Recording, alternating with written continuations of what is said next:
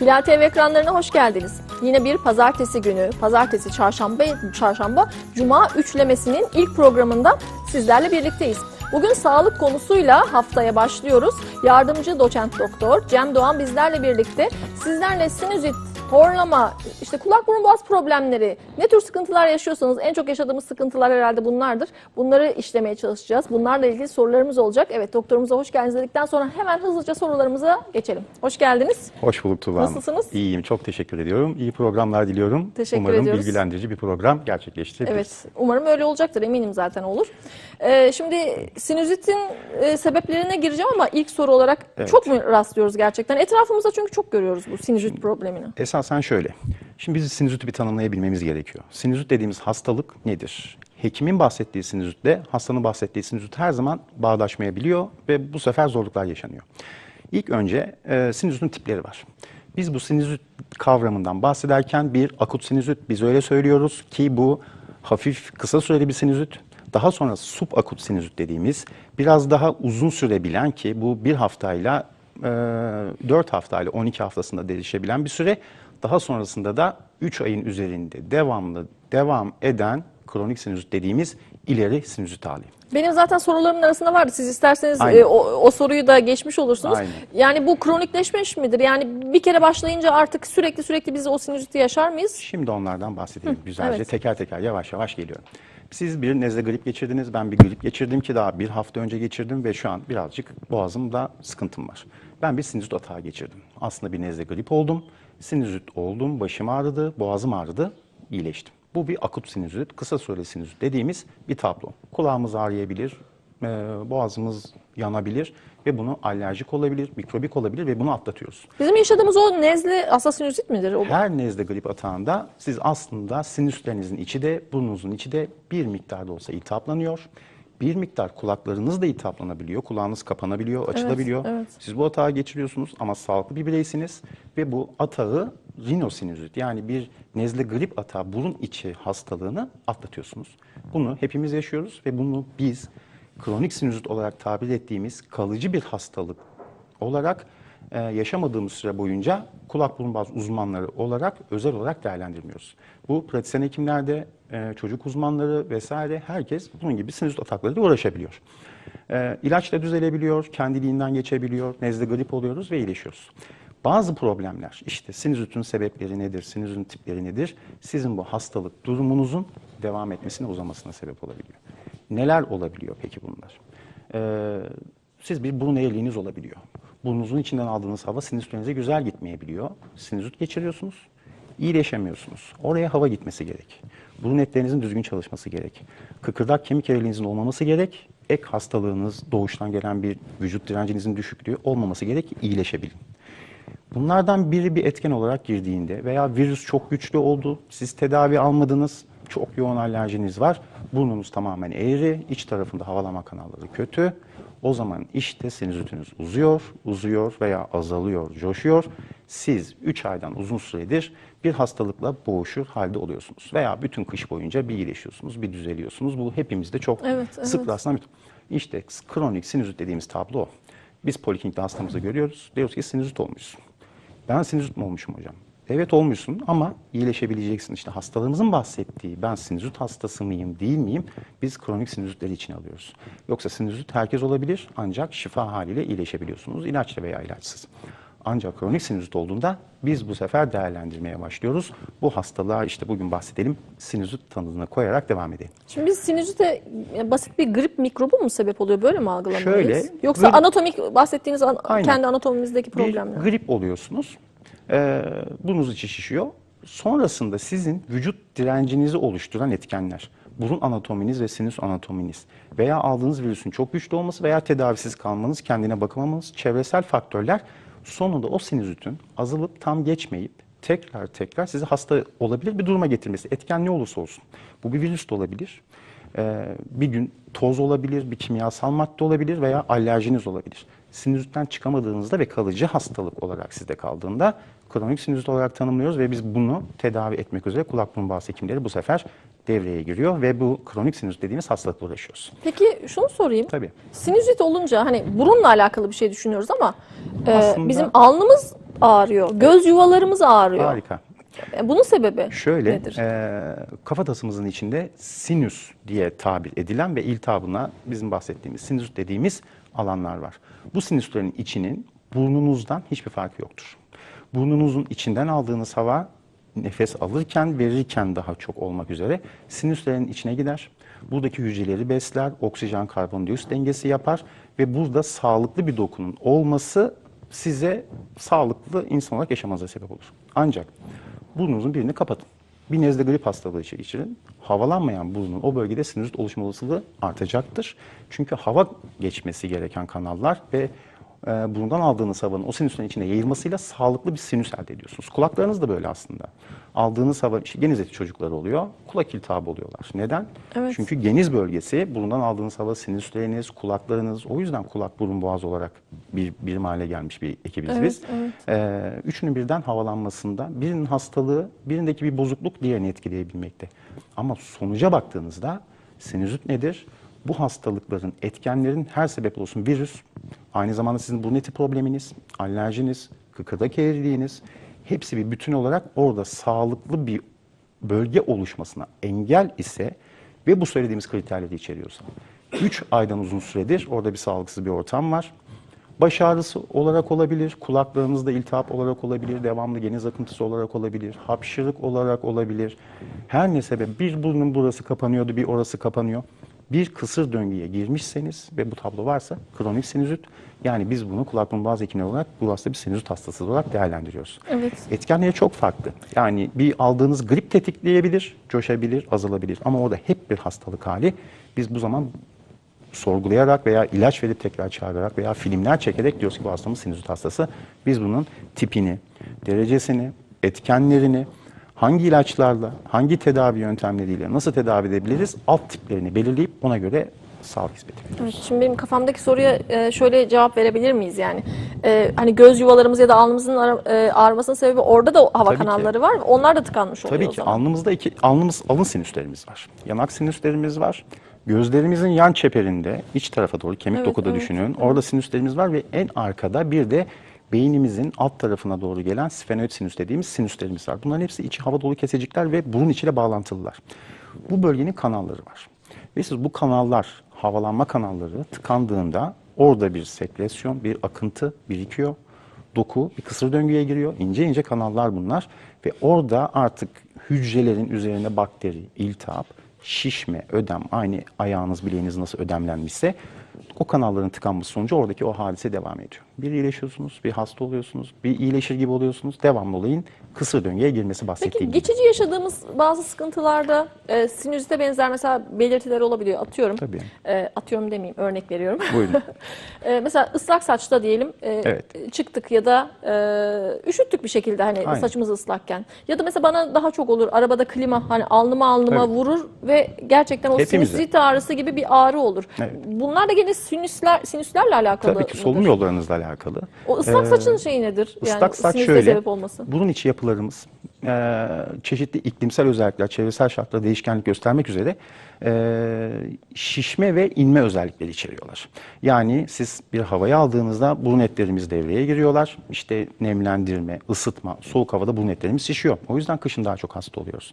Burun içi yapılarımız şişiyor. Neden? Havayı ısıtma, nemlendirme mekanizması için şişip burun etlerimiz devam dinamik olarak çalışıyorlar. Siz sıcak bir yerden soğuk bir yere geçtiniz veya tam tersi soğuk bir yerden sıcak bir yere soğuk hava temasınız oldu. Burnunuz içi yapılarınız şişiyor. Bu vücudun aslında koruma sebebiyle verdiği bir mekanizma. Ama yatkınlıklarınız varsa hasta oluyorsunuz. Yoksa biz hepimiz soğukta kalıyoruz ve başımız ağrır. Bu çok normal. Ancak bu devamlık arz ederse işte o zaman hastalıklar devreye giriyor. Burun eti hastalıkları olabilir, sinüzit hastalığı olabilir veya bu tabloya daha kolay sizin girmenize veya benim daha kolay iyileşmeme sebep olan çeşitli alerjik hastalıklar olabiliyor. Çok faktörlü, hepsini bir bütün olarak değerlendirdiğinizde gene en sonuca geliyoruz. Yani hasta hep hastalık halinde mi? Evet. Yoksa dediğim gibi nezle grip oluyoruz, sinüzit oluyoruz. İlaç, ilaçsız, ada çayı, nane, limonla bir şekilde iyileşebiliyorsanız bunun derecesine göre tedavi ilaçla kullanabilirsiniz.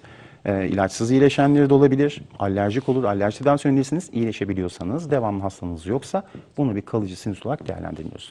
Bir kişi sinüzit tanısı aldı diye her zaman sinüzit hastası olacak diye bir şey yoktur. Ancak devamlılık arz ederse bu sefer kulak burun boğaz uzmanı olarak bizler görüyoruz. Diyoruz ki nasıl yardımcı olabiliriz? Kabaca böyle. Tedavi yöntemlerinde ameliyat olanları da duydum ben. Evet. Bu artık çok ileri aşamalar olmuş oluyor Şöyle. herhalde. Ne yapılıyor bu ameliyat? Gene biraz etkenler önemli oluyor bu işte. Dediğim gibi burada bahsettiğimiz artık kronik sinüzit, yani uzun süredir var olan bir sinüzit hali var. Hastamız bu şikayetlerle bize geldi. Dinliyoruz, ediyoruz. Bunun için endoskopik kamera yöntemleriyle muayene ediliyor. Belki bir ilaç veriyoruz, tedavi ediyoruz, tekrar görüyoruz. Bu bizim için neden önemli? Kişi bir mikrop hastalığı almış olabilir ve daha sonra tam bir tedavi kullanmamış ve iltihaplı bir sinüzit olabilir. İkincisi, kişinin burun anatomisi çok kötüdür. Kıkırdak eğrilikleri, burun eti problemleri vardır. Bu yüzden sinüzit olabilir. Bir mantar alerji hastalıklarını geçirmiş ve yıllardır bununla uğraşıyor olabilir. Artık yerleşmiş sinüsler içinde kistler oluşmuştur. Kişi bir türlü sağlığına kavuşamaz. Bir şikayetleri azalır, artar. Koku problemleri başlar. Artık sinüs içi hücreler polip dediğimiz iltihaplı keseciklerle dolmaya başlar. Bunun gibi durumlarda hastalığın etkinliğine göre biz tedavi vermeye başlıyoruz. İlk tedavi nedir? Tabii ki artık kronik bir hasta, ilaç tedavisi. Amacımız ne? Amacımız hastalığın zemininde yatan olayı anlayabilmek, buna yönelik tedavi vermek. Kökten bir çözüm getirmeye Tabii çalışıyoruz. her şey, tıpta her şey öyle. Sebebi bulabilmek, sebebe yönelebilmek. Burada aslında alerjik bir hastamız muayenesinde olsun, belki kan tahlili, belki filminde biz buna yöneldik, o zaman alerji tedavileri.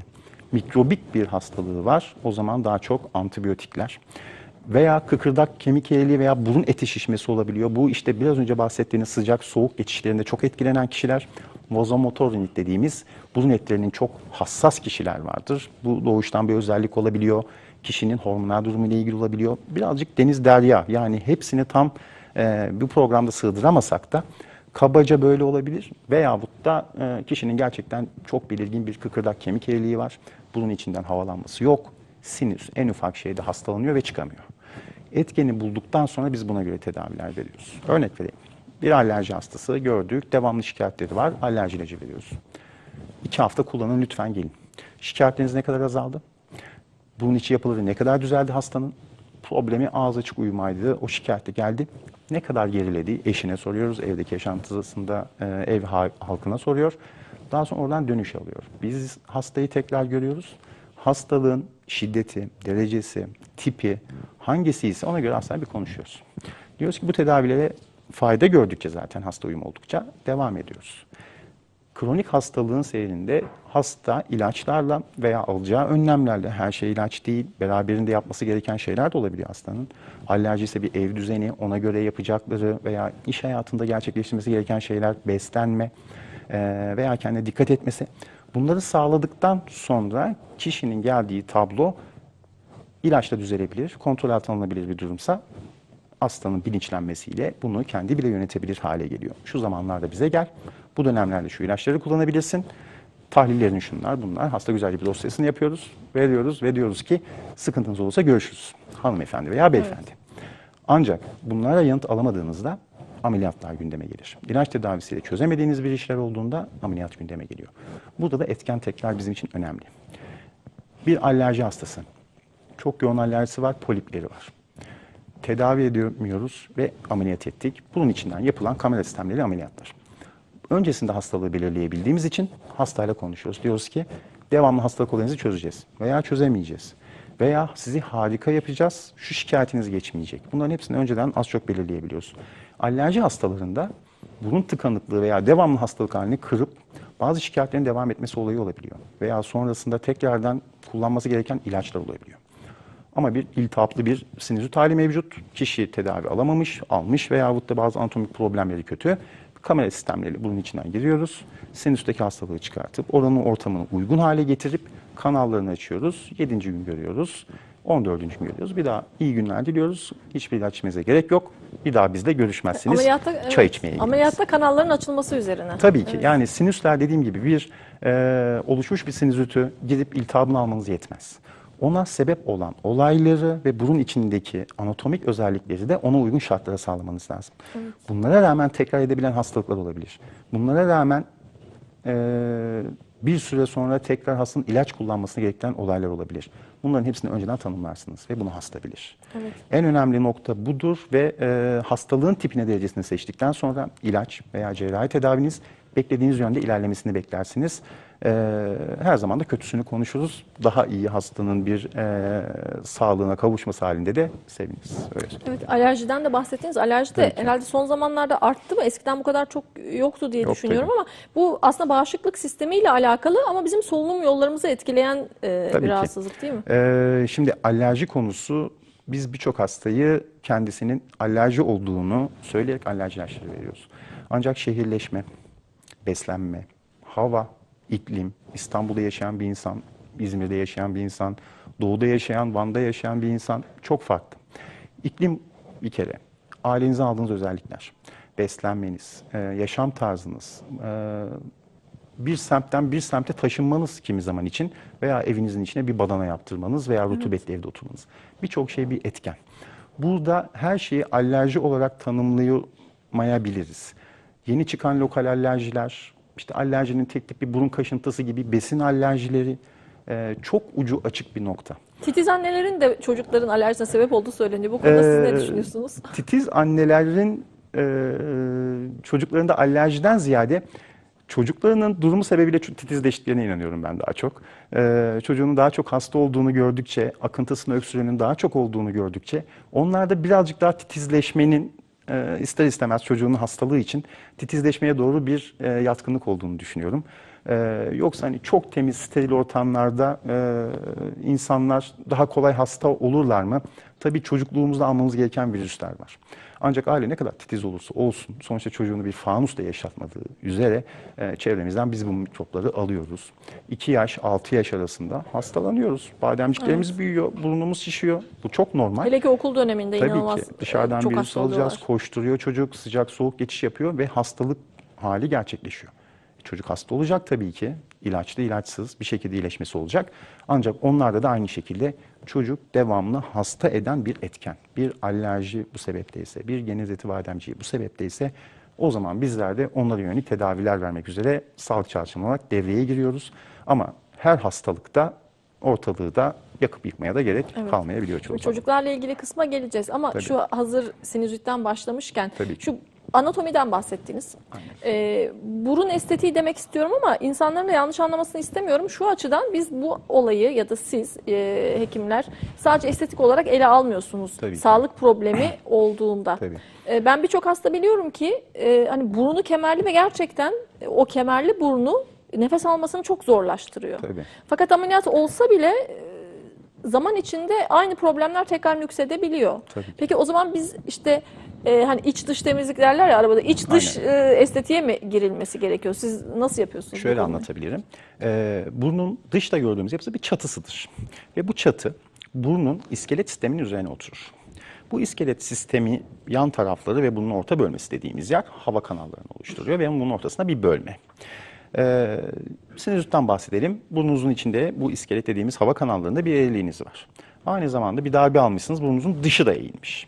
Siz bu şekilde bir hasta, sinüzit hastası olarak veya horlama hastası olarak siz görebilirsiniz.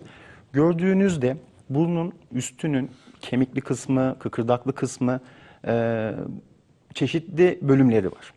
Bu bölümlerin bir kısmını düzeltmeden bazen kişiye nefes aldıramazsınız ve kişinin dış görüntüsünde bir değişiklik olması gerekiyor. Estetik ameliyat dediğimiz burnun dış çatısında değişiklik. Biz kişiye nefes aldırabilmek için bazen estetik ameliyat uygulamamız gerekiyor. Eğri burun, C burun veya da S şeklinde çok nadir de olsa burunlar oluyor. Biz bunları düzeltmeden kişiye nefes aldıramaz bir hale geliyoruz.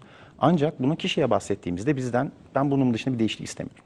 Estetik ameliyata karşıyım veya hiçbir şekilde uygulanmasını istemiyorum diyebiliyor ama bunun sağlıkla ilgili olan kısmında kişinin bazen mecburen estetik ameliyatı yapmak zorunda kalıyoruz. Burnun orta hattını hem çatısını hem dış görüntüsünü eğri burnunu düzeltebilmeliyiz ki kişi nefes alabilir hale gelmesi için. Bununla kişinin kendi seçimine bağlı olan yani dış güzelliğini düzeltmek üzere bize başvurduğu estetik ameliyatları ayırmamız gerekiyor. Bir tanesi kişinin nefes alabilmesi veya sağlığına kavuşabilmesi için, bir tanesi kişinin kendi dış güzelliğiyle ilgili değişiklikler yapması, burnunu düzeltmesi için. Bu bizim ikisi doğuştan biraz farklı. sahip olduğumuz bir sıkıntı olabilir. İnsanlar ki. bunu hani günah mıdır acaba işte yaratılışımı değiştiriyorum diye düşünüyorlar ama aslında orada bir hata yapıyorlar. Sizin çocuğunuz doğuştan kafatasında bir kemik problemi de olabilir. O konuyu Aynen. da işlemiştik mesela burada. Ne yapacağız şimdi, Allah öyle yarattı diye tedavi olmayacak mısınız yani? Ya da farklı hastalıklar oluyor, işte otizm oluyor, işte bunlar Aynen. doğuştan kaynaklı. Ne yapıyorsunuz? Doktora gitmiyor musunuz? Tedavi olmuyor musunuz? Ya aslında burun estetiğine de sadece işte bir güzellik açısından bakmamak lazım. Tabii Bunun bir ki. sağlık problemi var yani. Konu kişinin tamamen kendisiyle ilgili bir konu. Evet. İnançları, çevresi, sosyal çevresinde yaşadığı olaylar, kişinin kendini bir takıntılı olma hali, ruh hali, kişi kendi bulunduğu durumdan, sağlık açısından psikolojik olarak etkileniyorsa o zaman gerçekten burada devreye girebilmeyiz diye düşünüyorum. Evet. Ama bunu tamamen bir keyfilik veya bilinçsizlik dışında yapmaması gerekiyor. İşte orada hekimler devreye giriyor. Kişiyi birazcık işte tecrübelendikçe tartmak, neden bu ameliyata kalkıştığını anlamak, ne kadar süredir düşündüğünü veya ailesinden birileriyle görüşüyoruz, ediyoruz. Kişi gerçekten sağlığı açısından da estetik cerrahi uygulanabileceğini ve bunun da kendisinde mutluluk yaratabileceğine inanıyor ve alacağı riskleri biliyorsa, yani bilinçli olmak en önemli nokta oluyor burada. Evet, kesinlikle. Ama dediğim gibi bazen nefes alabilmek sağlık için, bazen kişinin kendi psikolojik veya sosyal gelişimine katkı sağlayabileceği için uygulanabiliyor. Yeter ki her şey bilinçli bir halde olsun, kişi konuyu tam olarak anlayabilsin. Onun dışında hastanın ikinci kısmı biraz seçimine kalıyor. İlki daha çok bizim seçimimizde olan bir şey, sağlıklı olan kısmı. Peki şimdi horlama konusuna geçersek, bu konu birbiriyle bağlantılı mı aslında? Burun tarafı Burun tarafı bağlantılı. sadece bağlantılı olabiliyor. Çünkü horlama denen şey çok faktör. Yani uyku apnesi de bu konudur Tabii ki. aslında, değil mi? Horlama, biz basit horlama veya işte ilerleyen horlama tipleri olarak alt grupları var. Apne, uykuda nefes durması bambaşka bir konunun altına inceleyeceğiz. Horlamayı bambaşka bir konu altında. Aslında mekanizmaları aynı. Benzer ancak tedavilerinde farklılıklar olabiliyor. Gene de solunum yolu obstrüksiyon sendromları olarak değerlendirdiğimiz bazı tablolar. Kişinin horlaması nedir? İşte devamlı gece hırıltılı bir şekilde solunum, ağız açık uyuma vesaire, bunun gibi basit hastalıklar olarak değerlendirdiğimiz konu. Bazen komşulardan gelen horlama sesleri oluyor. Onlar artık çok ileri seviyede Alt olanlar mı kattan oluyor? duyulan seslerle bile kişi kendinin horladığını fark edebiliyor Ciddi bazen. kükreme şeklinde olanlar oluyor Aynen yani. öyle. Ama horlama dediğimiz hastalıkla apne dediğimiz hastalık biraz farklı. Çünkü apne konusuna girdiğimizde ileri dönemlerde kalp, ani kardiyak ölümler veya kişinin bilişle ilgili olan davranışlarında belirgin gerilemeler gündeme geliyor. Ama horlama veya apnelerin oluşum mekanizmaları birazcık benzer. Yani bu nedir? Solunum yolu problemi, biraz önce bahsettik. Burun problemleri, burun eti problemleri, geniz bölgesinde yaşadığınız bazı problemler ve daha sonra kişinin solunum yoluna eklenen yumuşak damak, boğaz yapısı, boyun yapısı, gırtlağı, dil kökü ve gırtlak altı bölgelere doğru yayılan yumuşak dokular. Bu horlamanın yaşla alakası var mı peki? Tabii ki ileri yaşta daha sık görüyoruz. Çünkü bunun sebepleri de aynı şekilde bu solunum yolunu çevreleyen bir yumuşak doku kitlesi var ki bu bizim boynumuz. Bu bazen kısa boyunlu olan kişilerde daha farklı olabiliyor solunum yolu. Ama yaşlanmaya bağlı olarak bir kere dokularımız bir miktar sarkıyor. Yani burun etlerimiz birazcık sarkıyor. Solunum yolumuz, kilo alıyoruz. Aslında cildimizin gençlik biraz sarkması gibi gidiyor. aslında içeride de bir sarkma Tabii ki oluyor. boyun çevremizde bir yağ dokusu, boynumuzu çevreleyen bir yağ dokusu var.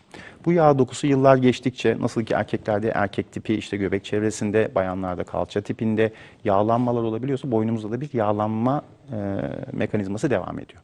Kilo aldıkça veya biz belirli bir yaşa geçtikçe bu bölgelerde dokularda sarkma ile beraber daha kolay horlama veya apne hastalığına yakalanabilme şansımız daha çok artıyor. Peki ne yapacağız? Yani horluyorum dedi bir hasta, geldi. İlk önce gerçekten vücut yapısı çok önemli bu işte. Kişinin zayıf olması, kilolu olması, boyun yapısının nasıl olduğu ve daha sonra yapılan muayenesine gırtlak, burun yapıları, bunlar önemli. Bir de tabii apne mi veya bir horlama hastası mı? Bunun ayrımını yapabilmemiz gerekiyor. Evet. Onlara birazdan geleceğiz zaten, Evet, ama şöyle belirli yapalım o yaşta zaman. artma sebebi kabaca bu. Evet, horlamanın şimdi ayrıntılarını ve tedavi yöntemlerini Evet. ikinci bölümümüzde isterseniz işleyelim. İlk bölümümüzü böylece bitirmiş olalım. Tabii. Evet, kısa bir reklam arası veriyoruz. Ayrılmayın çünkü horlama konusundan devam edeceğiz. İkinci bölümümüze hoş geldiniz. İlk bölümümüzün sonlarında horlama konusuna geçmiştik. Şimdi de çözüm yollarına çözüm yollarını konuşacağız. Eğer eşiniz horluyorsa bu çok daha büyük bir sıkıntıdır eminim. Ben biraz önce bir komşu örneği verdim ama yani o çok da sıkıntı olmaz eminim. Ama eşiniz horluyorsa bakalım nasıl çözeceksiniz? Bunu öğrenelim şimdi. Evet, horlamada çözüm yolları. Horlamada çözüm yolları. İlk önce kişinin genel fiziki görünümü çok önemli. Kişi kilolu bir insan mı? Vücut kitle endeksinin yapısı, boyun yapısı, vücudunun genel özellikleri nedir? İlk horlayan şikayetiyle başvuran kişide biz bunlara bakıyoruz. Daha sonra solunum yolları, burun etleri, burun kıkırdakları vesaire buralarda bozukluk, geniz bölgesi, dediğim gibi yumuşak damağının durumu ve gırtlak durumu. Bir de tabii bunlara ek olarak beyniyle ilgili uyku bozuklukları dediğimiz bazı hastalıklar. Bunların hepsi bu etkene sebep olabilmekte. Hem horlama hem apne yönünden. Daha sonra bir muayenesini yapıyoruz. Çok basit bir hasta. Burun kıkırdak kemik eğriliği var. Yumuşak damağında bir sorun yok. Gırtlağında bir sıkıntısı yok. Ve kişi horluyor ve kilolu bir hasta değil. Kişiyi ameliyat ediyoruz. Horlaması geçiyor. Her şey geçiyor. İlk önce kilo vermesini tavsiye ediyor musunuz? Kilolu biri ise mutlaka. Yani sadece kilo vermek de peki geçebiliyor mu? Şöyle, çok belirgin bir anatomik bozulma. Kıkırdak kemik eğriliğiniz çok fazla. Aynı zamanda çok kilolu bir insansınız ve horlamanız var. Biz bu kişiyi ameliyat etmeden önce hem ameliyatın daha sağlıklı geçmesi için bir kere anestezi alabilmesini daha risksiz bir hale getirebilmek için lütfen tabii kiloya göre değişebilmekle 7 kilo verin gelin efendim diyoruz. Anestezide de sıkıntı oluyor o zaman. Tabii ki kilolu bir insan olmak anestezide her zaman sıkıntı yaratabilme potansiyelini daha fazla artırıyor. Bunu yapma sebebim genelde iki şey. Bir tanesi işte bu bahsettiklerimiz. İkincisi bu kişinin horlamasının geçmesini ne kadar istediği. Yani biz burun kıkırdak kemik eğriliğini hastanın düzelttik. Harika bir buruna sahip ettik. Ama hasta sonradan 20 kilo oldu. Ve tekrar horlamaya başladı. Ve hastalık devam etmiş oldu. Biz o yüzden o kişinin bu olaya ne kadar organize olduğunu, ne kadar bunu istediğini öğrenmek için genelde hastalarıma kilolu olabilir veya işte göbek bölgesinde bir yağlama ama bazen hormonal bozukluğu olabilir. Bu işe kafa koyduğunu anlayabilmek için bir kilo verip gelir misiniz diyorum. Bir 4-5 kilo. Ya da en azından buna niyetli olduğunu eşiyle birlikte bunu yapıp geldiğinde horlamasının değişip değişemeyeceğini kendini biraz anlamasını istiyoruz. Bazı hastalarımız var hiçbir şekilde kilo vermeden ameliyat etmeyiz. Bu yumuşak damak cerrahilerinde boğaz yapısına bağlı olan işte ilerletme ameliyatları olabiliyor. Bunlarda kişinin mutlaka mümkün ise kilo verebilmesini daha sonradan cerrahi seçenekleri düşünebilmek her zaman için daha mantıklı ve daha sağlıklı bir yöntem oluyor. Evet, kişinin istediğini ölçmek gerçekten önemli. Gerçekten Çünkü konuyla önemli. çok belki alakası olmayabilir ama seyrediyorsunuz, belki de bilmiyorum seyretmiyorsunuzdur. TLC kanalında bu şişman hastalar, Öğlen hasta diyeyim, programı çok denk düşemiyorum ama haberim var. akşamları da oluyor denk gelirseniz eğer. Bu şişman hastalarla ama tabii obezite hastaları diyeyim artık şişman demeyeyim. Onlarla ilgili programda doktoru ilk önce ameliyat almadan önce zaten masada kalırsınız siz bu şekilde ameliyat edemem diyor. Bir limit veriyor herkesin kilosuna göre işte 20 kilo 30 kilo verip ondan sonra gelmen lazım. Tabii takip ediyorlar işte 2 ay 3 ay o kiloyu verene kadar. Tekrar kontrole geldiğinde eğer o kiloyu veremediyse işte 20 kilo dedi 15 kilo verdi ya da 20 kilo vermen gerekiyor dedi o 5 kilo alıp geldi. Ameliyat etmiyor.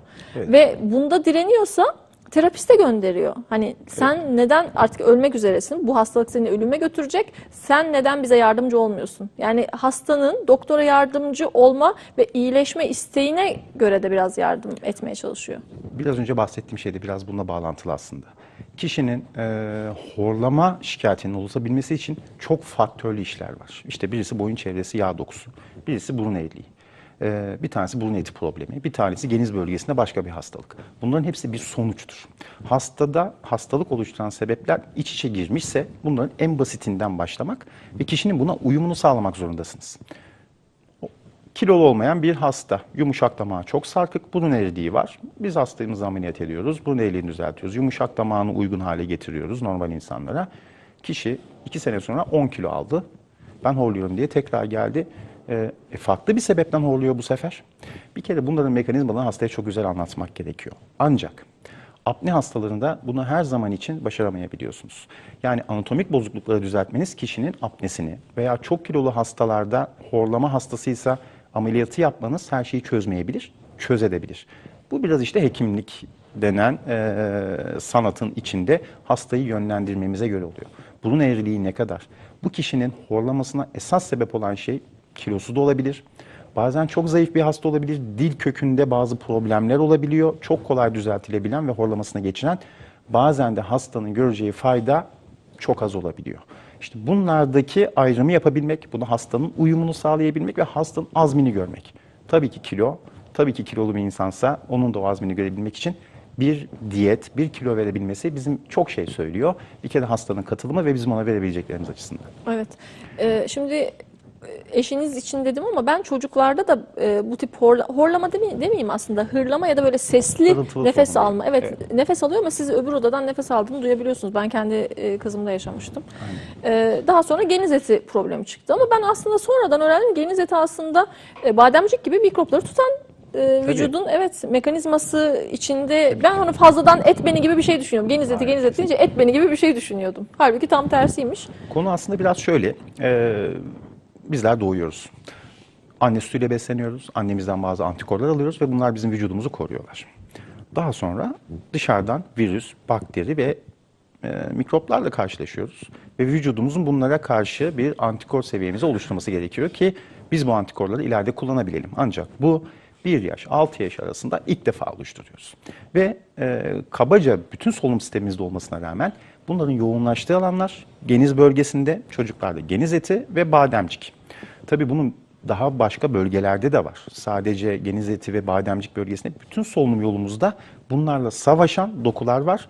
Ama geniz eti ve bademcik bölgelerinde yoğunlaşmıştır. Şimdi geniz eti varmış diyoruz bazen hani. Var tabii, hepimizde oldu. Onu soracağım yani, Tabii aslında ki. bu hepimizde olan bir şey. Şöyle, bu nasıl ki spor yapıyorsunuz, antrenman yapıyorsunuz, halter, fitness, herhangi bir şey kaslarınızı kullanıyorsunuz ve kaslarınız gelişiyor ve büyüyor. Geniz eti ve bademcikte çalışmalarına bağlı çeşitli büyüklüklerde olabiliyorlar. Bu bir kişinin, bir çocuğun geniz etinin var demek, o geniz etinin ona hastalık kattığı anlamına gelmez. Veya ona ilaç tedavisi vermek anlamına gelmez. O doku zaten var.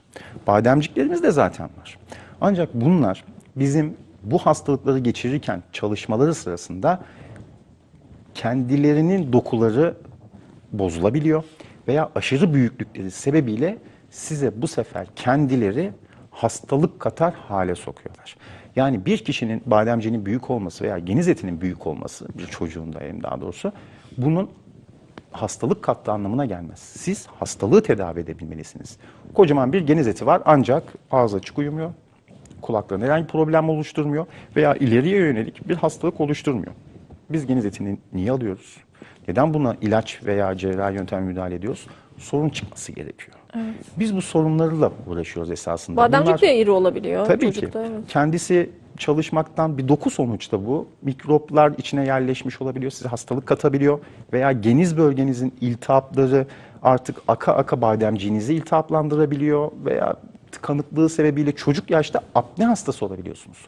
Uyku problemi olabiliyor. Bizim bunlarda dikkat etmemiz gereken, yani ailelerin bilmesi gereken olan şu: hastalık nedir? Benim çocuğum birazcık çok öksürüyor. Bunu bir hastalık olarak kabul etmeyebiliriz çocukluk çağı hastalıkları için. Ancak çocuğunuz yaz, kış devamlı ağza çıkıyor. Her gece horlaması şart değil, solunumu ağızdan yapıyor. Bu bir hastalık olarak tanımlayalım. Bütün kış boyunca geçmeyen her ay veya işte belirli bir sürede size boşuna ilaç kullandırdığınızı hissettirecek ateşli hastalıklar geçiriyor. Çocuğunuz hasta olabilir, ateşli hastalık geçirebilir. Hay hay, biz de geçirdik, hepimiz geçirdi. İlacı kullandırıyorsunuz, çocuğunuz iyileşiyor. Ancak en ufak bir etken, işte okula gönderdim, işte bugün okula bir gitti geldi, çocuk gene öbür Tekrar ay hasta. Gene mikrobik, bu her şey mikrobik de olmayabilir, alerjik de olabilir. Çocuğunuz gene hasta. En ufak bir soğukta ya da herhangi bir sebepten hep hasta, ilaç içiyor, ilaçla da zor başa çıkıyor.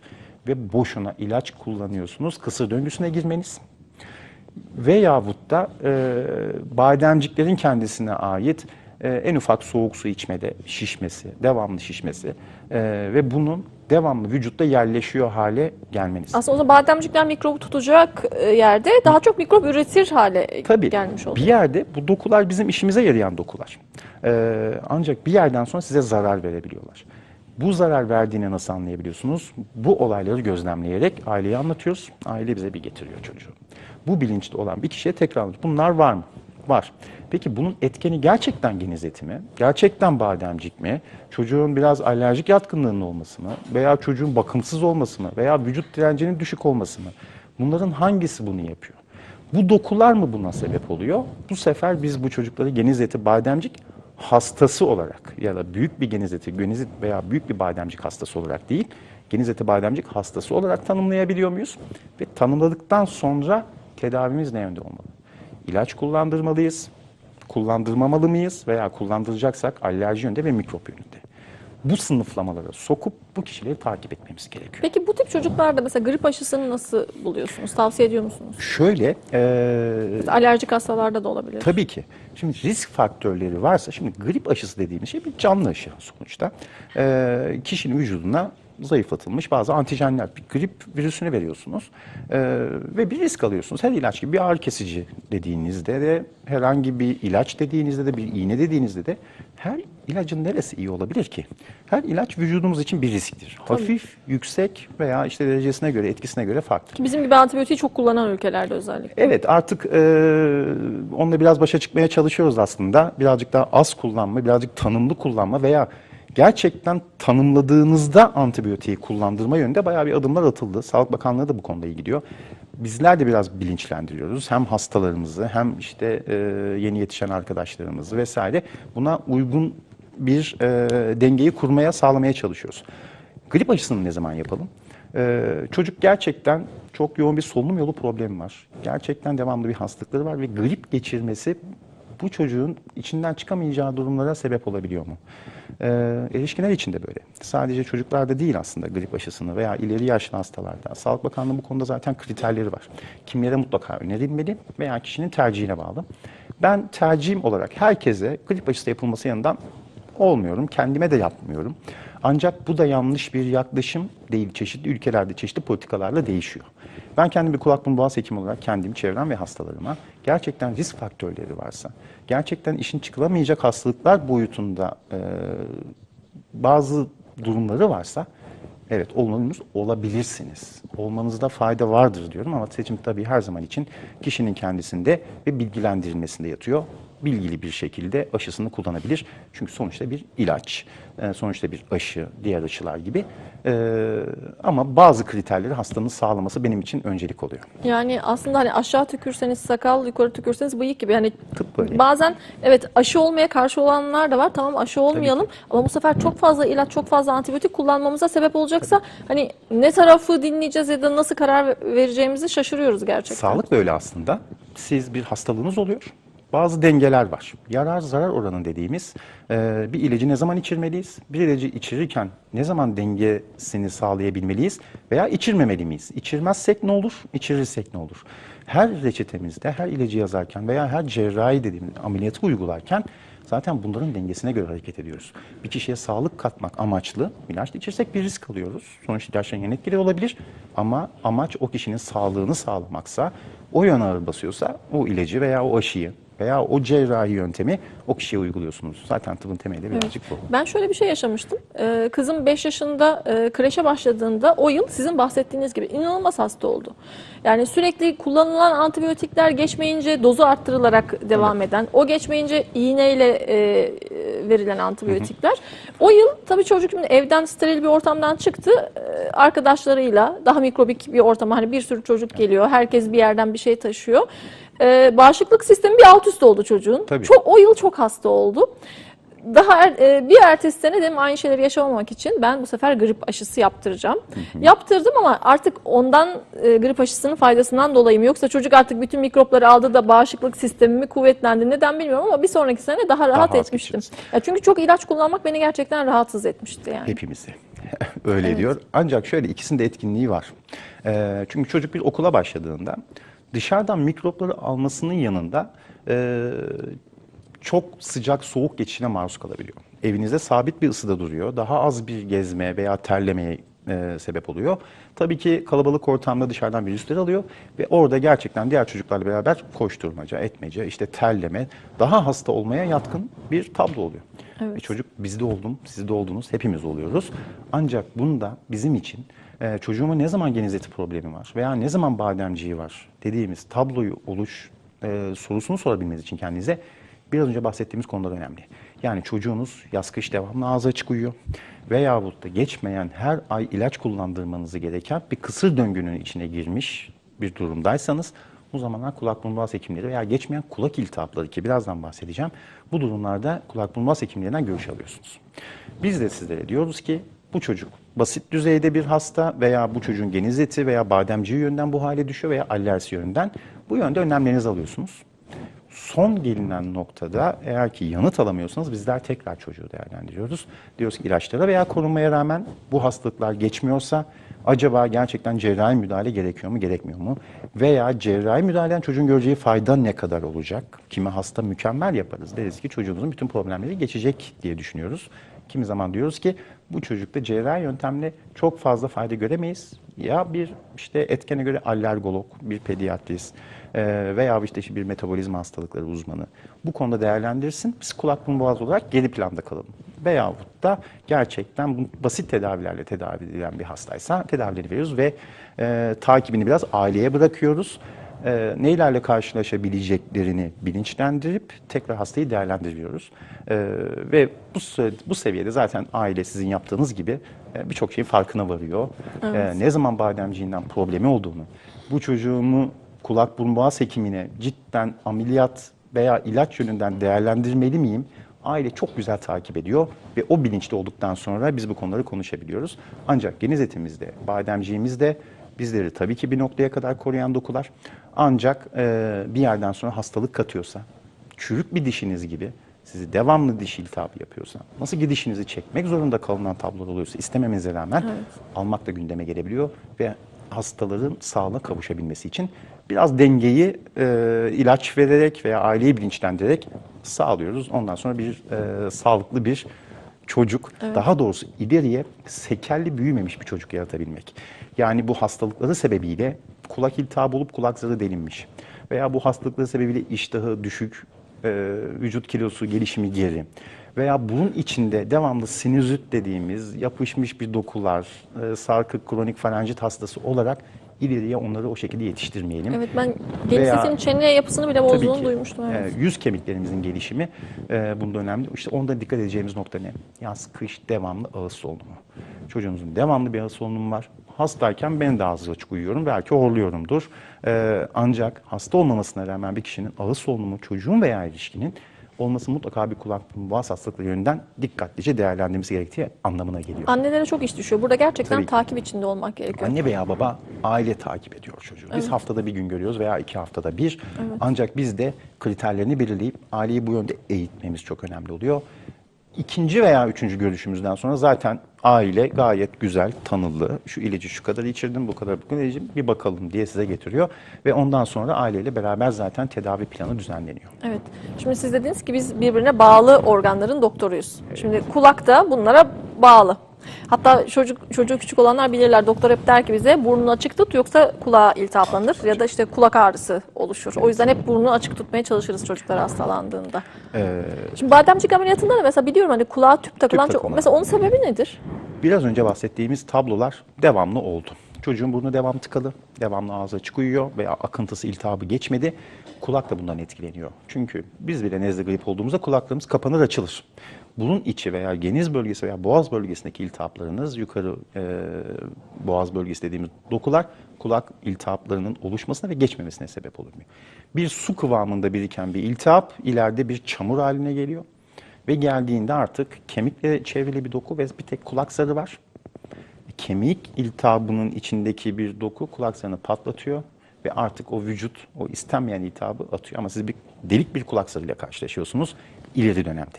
Bunların hepsi uzun dönemde oluşan olaylar. Ancak ilk başta siz, ben veya çocuğumuz bir kulak iltihabı geçirdi. Çok kulağı ağrıyor. Geldiğimiz kulak iltihabı var. İlaç verilmek zorunda kalıyoruz. Kulak iltihabı geçiyor. Ancak sıvı kalabiliyor.